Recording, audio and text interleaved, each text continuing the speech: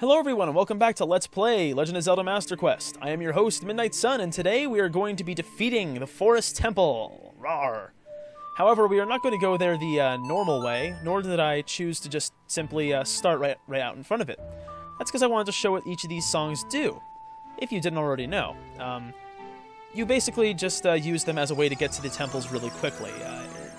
You know, as opposed to Majora's Mask, where the song associated with an area, specifically with that area, was used as a mechanic to open up the temple. Speaking of opening up the temple, I did promise a very difficult task, so here's what you need to do to get into the Forest Temple on Master Quest. You slam your head into this wall 3 or 4 times. I opted for 3 just because, you know, trying to get through this quickly. And then you need to hook shot on top of this tree that appears. And you also need to jump through the ground. If you do not jump through the ground, you are not getting into the Forest Temple. Trust me. I'm the supposed expert, so my word. It's a good thing to trust. Anyway, now that we are in the Forest Temple, we're going to have to climb up this vine to get our first item. Unfortunately, we are not able to kill all the Skullwaltulas that are in our way. The hookshot is a useful weapon, and it also allows us to do a couple of cool things, like right here. It doesn't just allow us to latch onto wood, it also allows us to go up certain walls faster than we would normally climb. However, it's not long enough for me to have shot the Skullwaltulas up here. Oh, okay, good. I just barely managed to get away from that one. He would have hit me. He would have hit me if I had stayed too close to the wall. And of course, Skullwaltulas, when you get too close to them, they try and knock you off wherever you are. So that can be dangerous, especially if you're somebody like me who's already bad enough when it comes to jumping. Speaking of which, oh wait, no, that's right. I heard like the scritching sound, and I thought maybe there was a gold Skulltula, because, oh, geez. See? I'm horrible at this place. Not this place specifically, just balance, and dreadful balance in this game. So, yeah, let's just kill that guy over there. Alright. Jeez, I really berate myself a lot for somebody who's doing an LP, don't I? Anyways, we got ourselves a small key. There was no gold Skulltula, unfortunately. It was just another Skullwaltula. However, small keys are a very important part of any of the temples, the, you know, adult dungeons. Basically, there are 2 kinds of doors. There are the kinds that are closed with bars. Those ones you have to solve a puzzle or press a button or kill enemies in order to open. But if it has a lock over it, you're going to need a key. And a lot of the puzzles and a lot of the rooms, you know, the things that are difficult about them revolve around getting a key so you can get through those doors. There is a gold Skulltula over there. We'll see it's Skullwaltula. So let's grab that and head through this door, where we are going to do something that I do not normally do, but Master Quest forces us to get to a point where we would need to walk back an incredible distance, so this is really, really useful right here. It's a really, really good idea. I really suggest you do this. But, oh dear. That lift looks important. And those Poes look special. Oh dear. And they've taken the fire, and oh, there goes our ride. There goes our ride. Well, everybody, welcome to the first objective of the Forest Temple. Find and kill some Poes. There are 4 of them, and they've spread themselves out pretty far. Although, actually, we're going to find them in sets of 2, basically. So it really just, you know, demands that we get to those areas.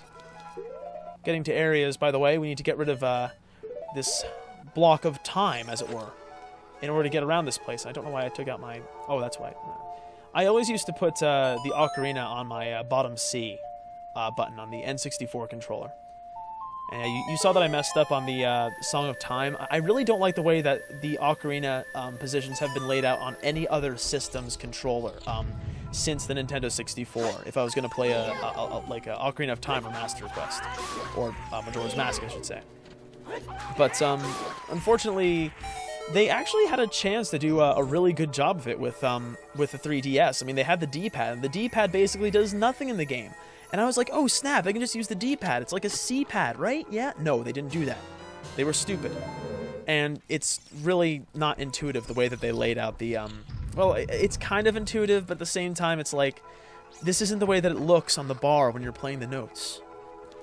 I don't know. Anyway, I'm sure that you'll, you know, see it if you have the 3DS, or you can watch somebody else playing the ocarina on it. Anyway, enough about me complaining about that. We have to go into a really tight hallway. And we have to fight an opponent called a Stalfos. Now, Stalfos are actually pretty well-known creatures in the forest. If you talk to any of the Kokiri, and they mention, you know, non-Kokiri going into the Lost Woods, they say that all those people will turn into Stalfos once they become lost. So, whoever this poor soul is that we are now forced to kill, he was once just a normal guy who wandered into the woods. Maybe he was a Goron. Decided that he wanted to eat some trees instead of some rocks.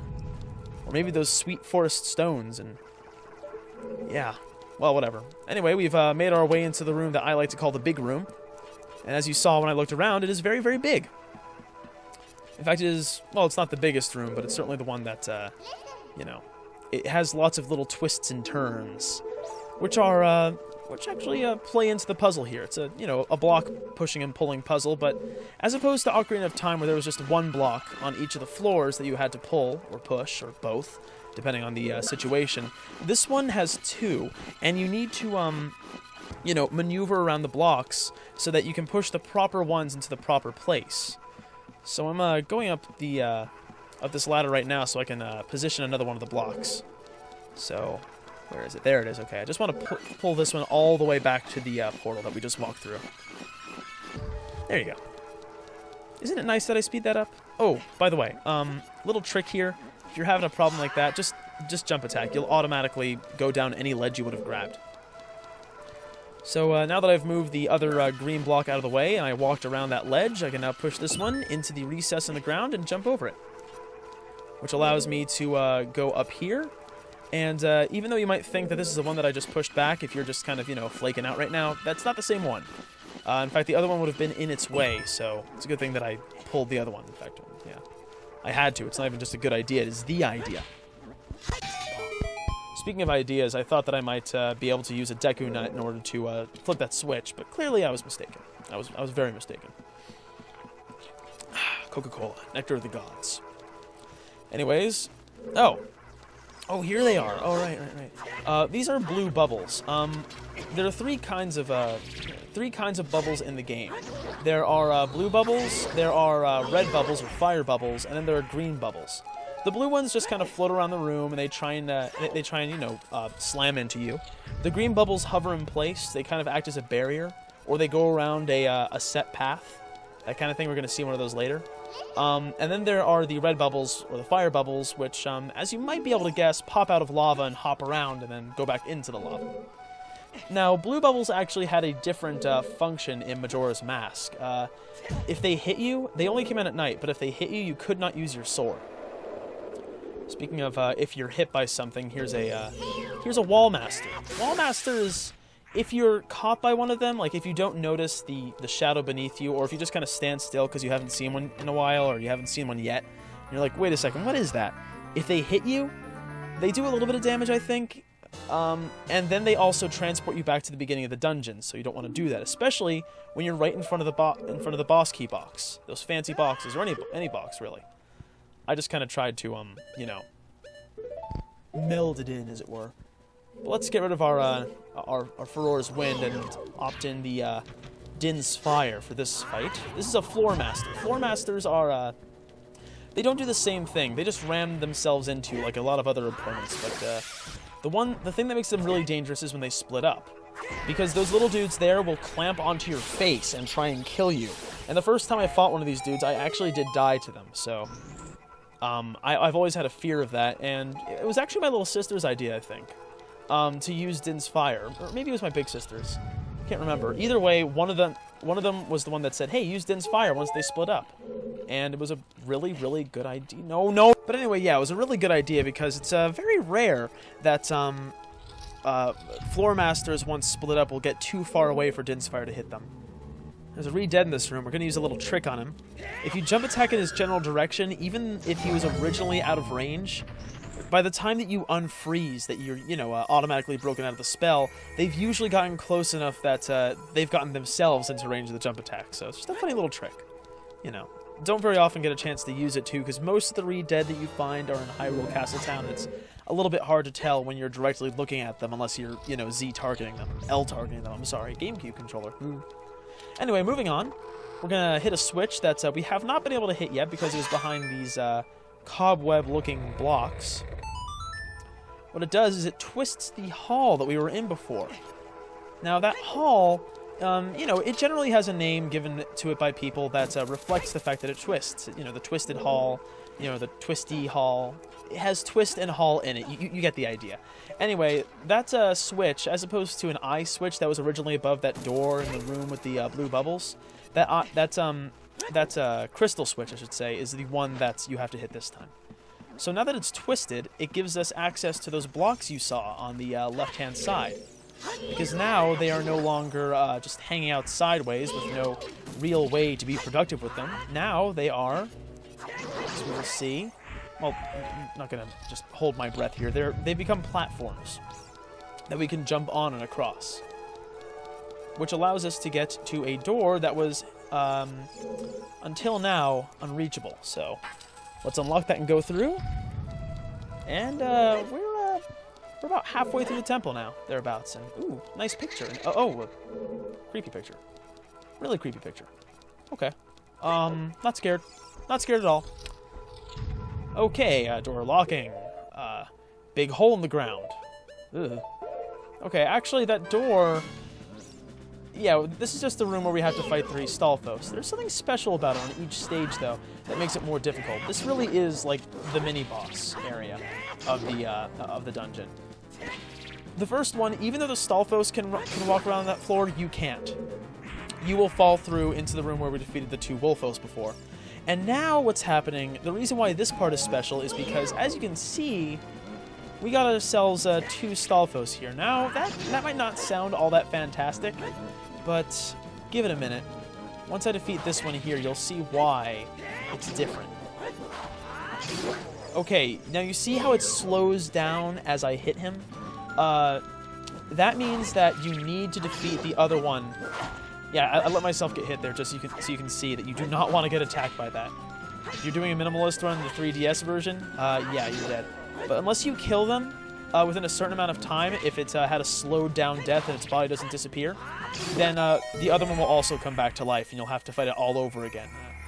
The first time you're playing the game and maybe you're having a little bit of trouble, you don't know that you can use Deku Nuts to stun them, maybe, you know, so you're missing opportunities when maybe you could have hit them, you're dodging out of the way instead.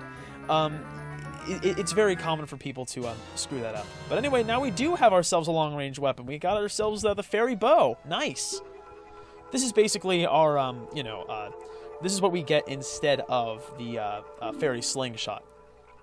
You know, it's just it's a bow. It does a few different things, obviously. I mean, we're grown up now. We can use cooler tools. But,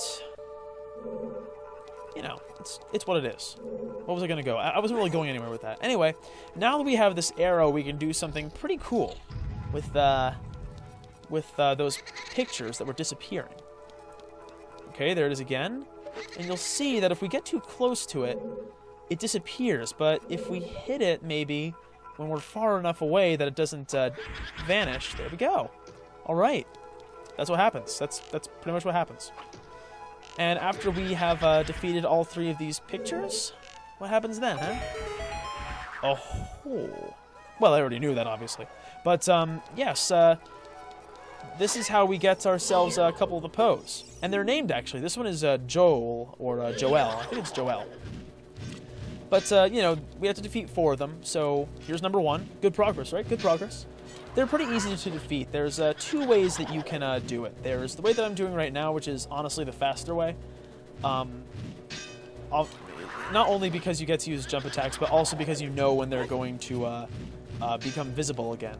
By the way, you'll notice that as opposed to other Poes, we are able to Z-target them. But there's the way that I just did it, where, you know, once they hit you twice, or maybe even once, and you gave them a couple seconds of being away from them, they become tangible again, is what I should say. Tangible.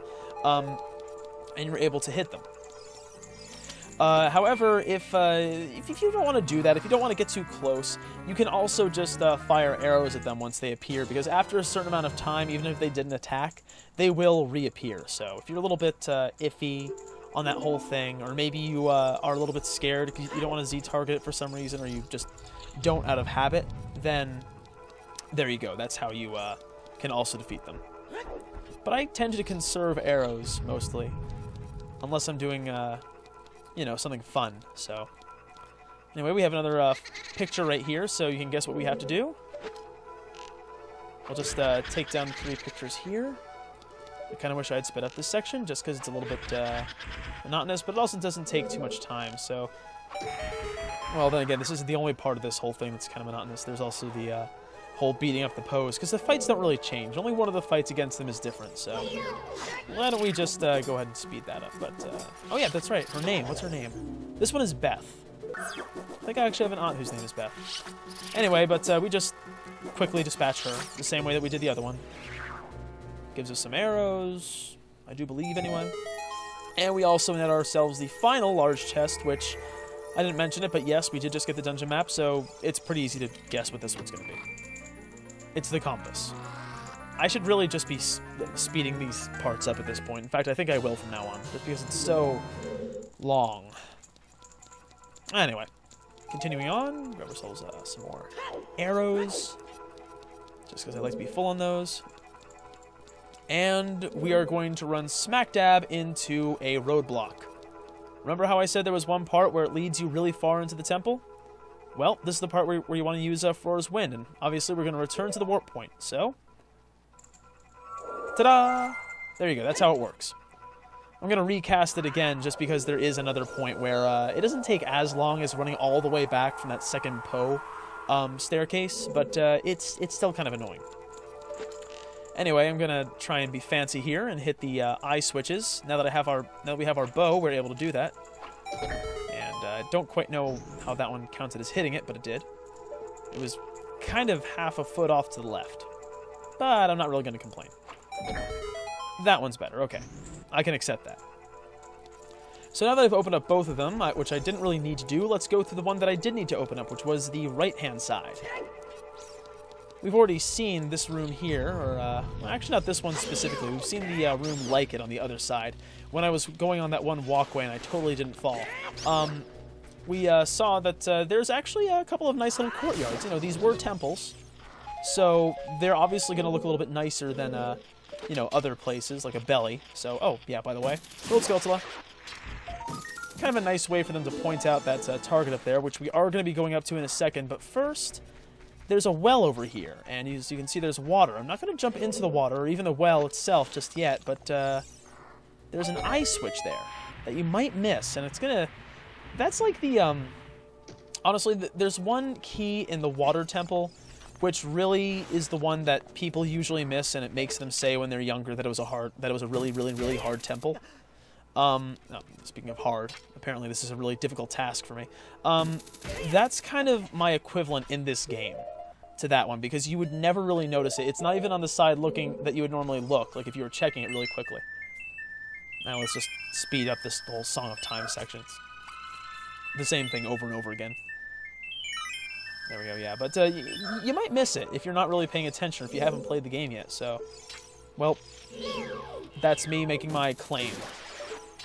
This actually is probably the hardest one of the adult temples, if you ask me. But then again, a lot of the times I tend to think that the first ones in most games are the most difficult because they're the ones that make you get used to the new mechanics. And this one's making you get used to the, you know, the mechanics of, you know, getting keys and having to hit a little bit more difficult switches and places that are a bit more turny and twisty. And oh, by the way, this is something you can do with arrows that you couldn't do with Deku Seeds when you were firing them out of your slingshot. You couldn't light them on fire.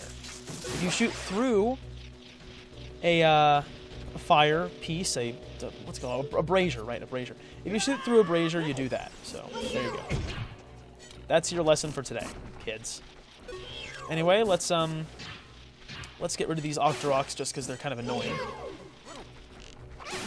And yeah, there you go. Okay, I'm just gonna. No, I do kill him. Okay, I thought maybe I ignored him just because, you know, killing Octorok's not exactly necessary. It's not like there's gonna be anything that unlocks. But anyway, there's another side of this well. Before we do that, though, I'm going to kill this Gold Skulltula. It's been kind of bugging me with its sound making, so yeah, get rid of that. And now we jump ourselves down a well.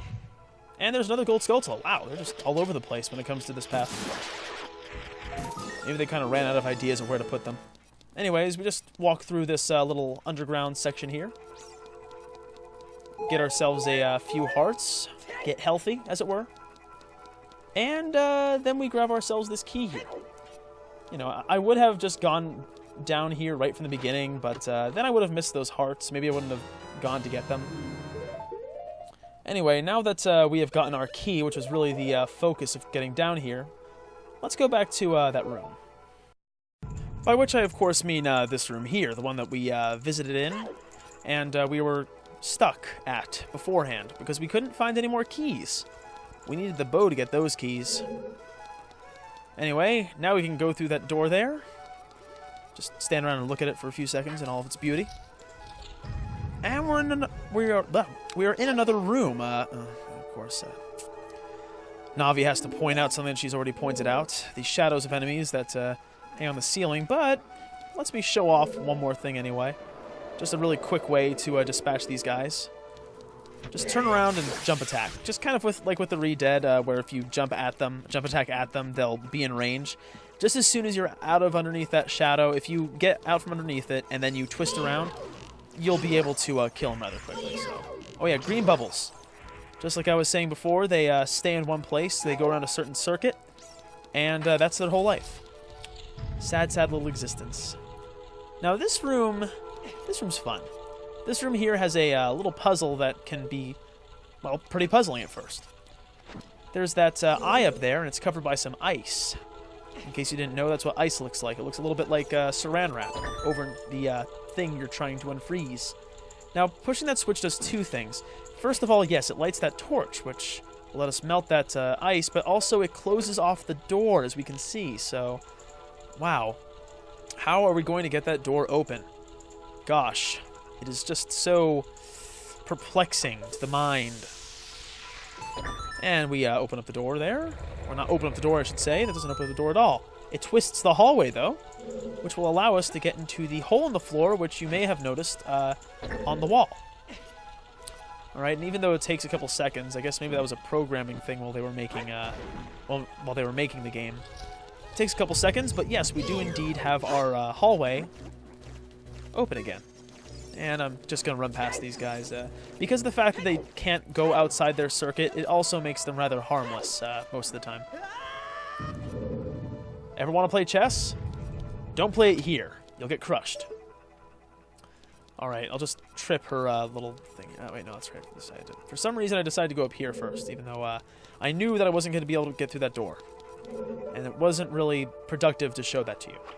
But anyway, one thing you might want to do here in this room is this. In most of the openings, you're going to find a big Skulltula, so just take your time, you know, shoot around a little bit.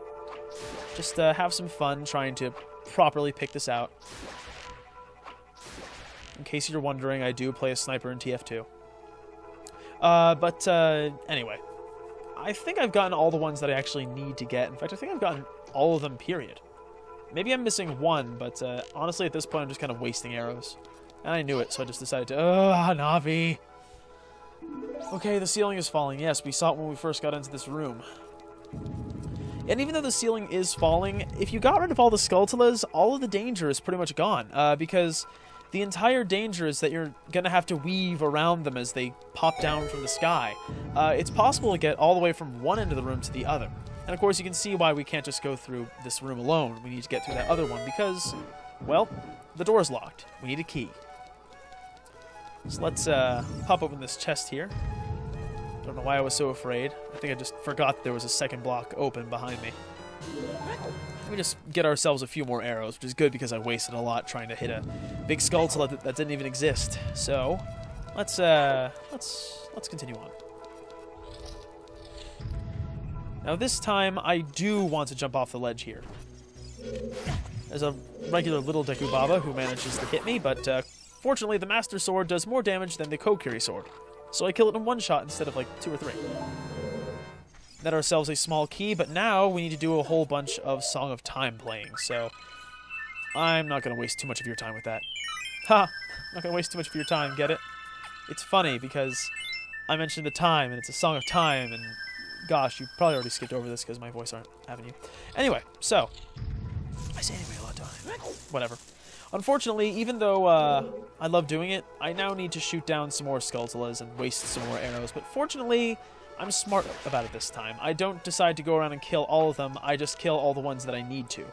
AKA the ones that will get in the way of me heading to the door. I also remembered, fortunately, that there wasn't a Skulltula way down there, so... Good going, me. Well, there's this one here, but... I was trying to hit one over that switch there on the right, and it doesn't even exist, so... And guess what, everybody? Not only do we have another room with a Poe in it, this one also has a block-pushing puzzle. Yay! And unfortunately, I kind of goofed off at first. Like, I was trying to see if maybe shooting the picture again would reset the puzzle automatically, and I wasted precious seconds that, you know, I should not have wasted, because now I'm not going to be able to do this in time, and I really hate not doing it in time, because, yeah, but by the way, I noticed I wasn't going to be able to do it, so I started pulling those things apart so they wouldn't be, you know, I would be able to maneuver them around each other more easily once it flipped over. But you'll notice that every time you screw up on this, and I screw up on it twice, it gives you more time, and I really hate that. I feel like that's the game babying you. In fact, I would have liked it more if they had given you less time. That would have been even more fun, but oh, I barely missed it that time.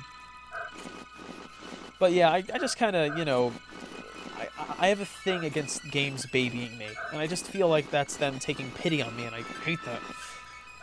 So, fortunately this time, because of the fact that I had an extra, you know, what, 30 seconds, I do that really quickly. This one here is Amy. Amy is the wide-eyed one. For some reason, I always picture her as being the cute sister. The cute little one they all want to protect. In fact, I always thought that she was also the reason why the last sister is going to be doing why she's doing once we see her.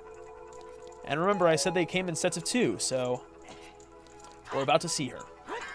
First, though, I'm going to open up these bottles. I'm always a little bit careful whenever I open up bottles because I remember saying that I wasn't going to be using any fairies. So I'm always nervous about hitting a fairy, so didn't want to do that. Anyway, we go into this room and we find the last one. Those sounds that she's making, even though they sound horrifying and soul-wrenching, they're crying. She's crying. It's so sad. And now she's going to try and kill us, the way we've been killing her sisters. Anyway, this one here is, what's her name again? Meg. Meg is the one who is different the most, but is also, you know, the most deceptively easy. You know, I say deceptively because she puts out 4 images of herself that you have to shoot at. But, you know, you just need to shoot at the one that spins around. And, like I'm demonstrating here, if you don't, they start to spin around and around faster. And actually, as you'll see right here, eventually they spin so fast you can't even hit them with your arrow. By targeting them, you have to, you know, time your shot there. And if you don't, if you shoot all 3 of them wrong, like I did there, she attacks you like the rest of the other Poes did. You know, spins around, hits you with her, what's it called? Her torch. That's what it is, a torch. I know words. Anyway, I think this is the, no, second to last shot, never mind, okay. I think the last shot, actually the last shot's coming up here. Unfortunately, you cannot use your sword. Even if you try and spin attack, they'll just move outward a little bit. They'll, you know, they'll make their circle a little bit wider so that your spin attack doesn't hit them. It's kind of annoying. It's kind of annoying. Anyway, we grab ourselves some arrows, and now we have the lift. Huzzah! Her sides are made of iron. Anyway, now that we're in the lift, however, we are not quite able to get to the boss room, which is, as we can see, in the northern section. There's also a chest here, but it must not be anything too important, right? Well, actually, I'm just going to spoil it for you. Right, it's nothing important at all, actually. It's just, I think it's a few more arrows. That's it. But this room here, this spinny room, is a little bit, you know, before there was a gold Skulltula in here, and during Ocarina of Time, regular mode. You know, there was a gold Skulltula here. There were some supplies and everything for going up to the boss room. But really now, even though it's a pretty cool thing that they do, they only use it once, and it's not exactly time effective. It takes too much time considering, you know, the overall effect of it is really... It's really not even that difficult. It's not like you have to push it the right way. You just go into each one of them as you push this thing counterclockwise. Just go into each of the rooms, do whatever you're able to do in there, and, you know, it'll proceed just as planned, you know. So, you know, I kind of wish they had done something different, like maybe it didn't quite go in that order, or you had to push it back and forth, or there was something else for Master Quest. You know, it wasn't something that's simple, that's straightforward, but unfortunately, Nintendo did not answer my prayers in that regard. But then again, you can't really hope that they'll do that all the time. I mean, this is a pretty big, this is a pretty cool stab at something original for Nintendo. And I think they did a pretty good job with Master Quest, even though this is one of the few blemishes on it. Anyway, I think this is actually the room reverting back to its original shape. We opened up this gate here by pressing a switch beforehand, and now we hit an eye switch, which is cleverly positioned high enough that you might not notice it, so it could confuse people. So there you go. That's how they changed it. They made the eye switch a little bit higher. Ominous hallway. And big-ass lock. Let's do this. Now, the boss room here is actually a... an artist's gallery, and honestly, the curator isn't really doing a good job. He's just buying prints of the same thing over and over again. And, you know, the setting is kind of drab. I mean, sure, they have the Triforce symbols, but I think whoever owns this place should really, really get a new man to do this job. It's just, it's not very good. Uh-oh. Oh, he's not a very good host at all. He is not a good host at... Oh, dear. Oh, my God. As Charlton Heston would say. It's Ganondorf. It's actually him. We're going to fight him at no.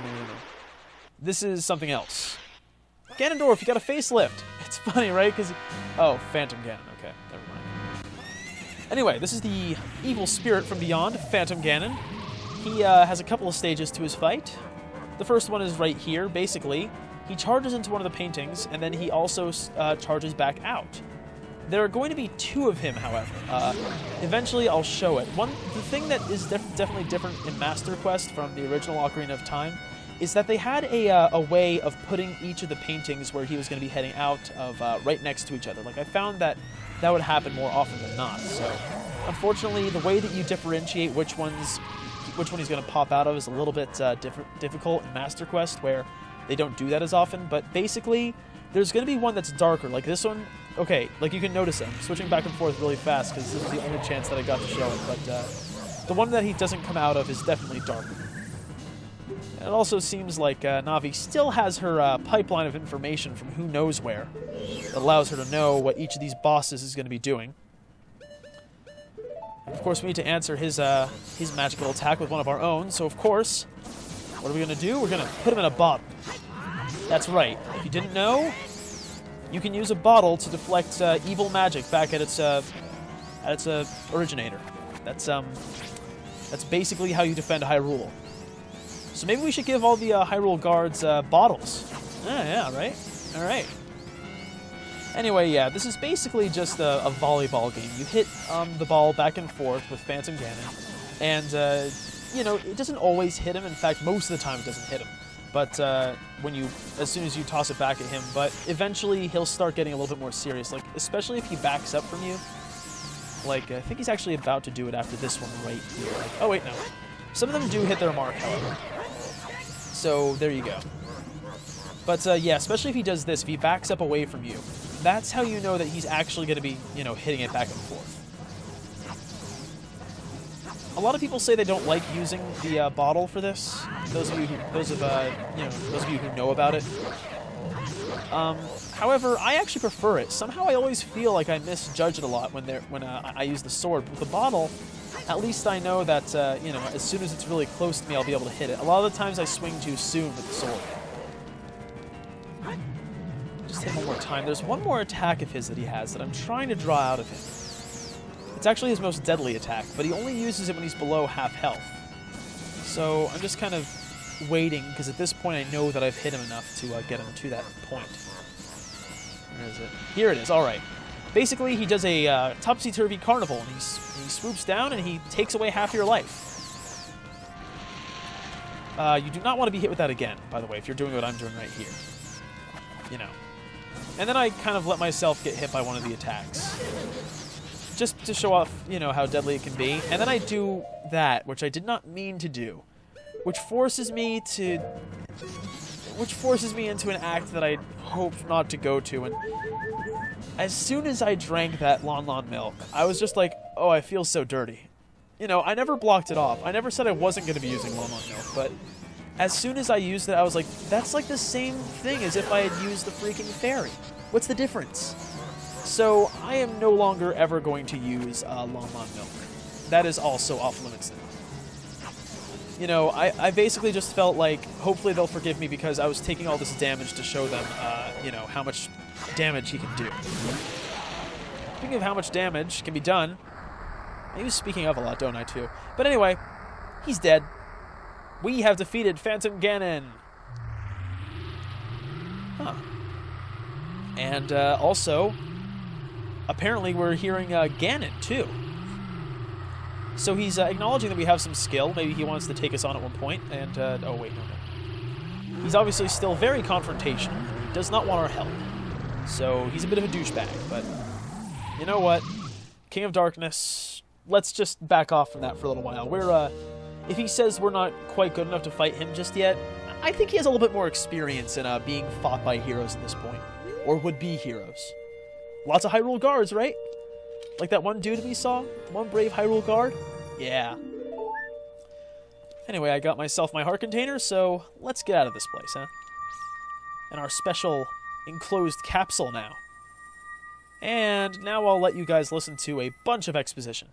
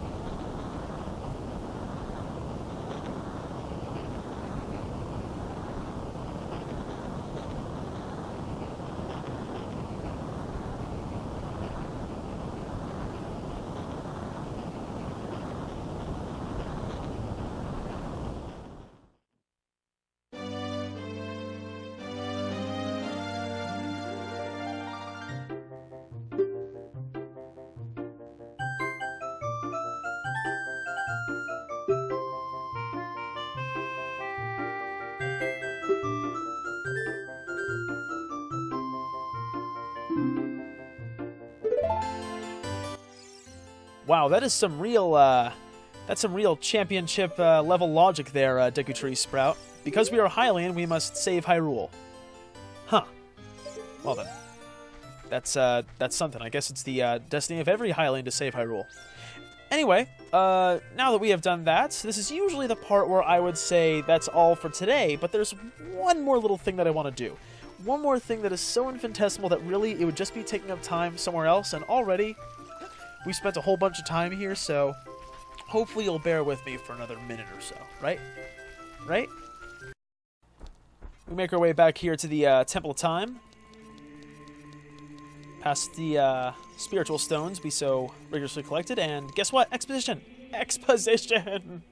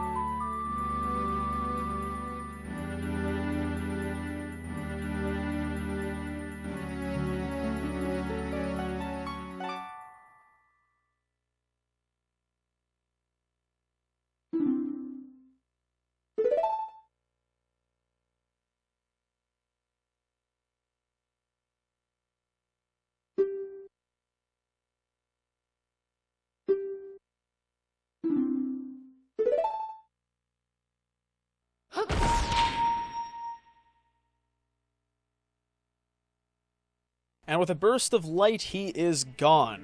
Anyway, that really is all the time we have for today. So let's recap. Let's see what we did today. We slammed our head against the wall for a few seconds and got into a temple. Defeated 4 ghostly sisters and their phantom boss. We killed that boss with a bottle, so we might need a bigger bottle once we get to Ganon himself. And then we came back to the Temple of Time, where Sheik taught us the Prelude to Light, which will allow us to get back here quickly. Also, bonus, we are now able to get into the past and be a kid again. So, next time on Let's Play Legend of Zelda Master Quest. There's another Harvey in the world? Question mark! Exclamation point! Suspense! See you all later.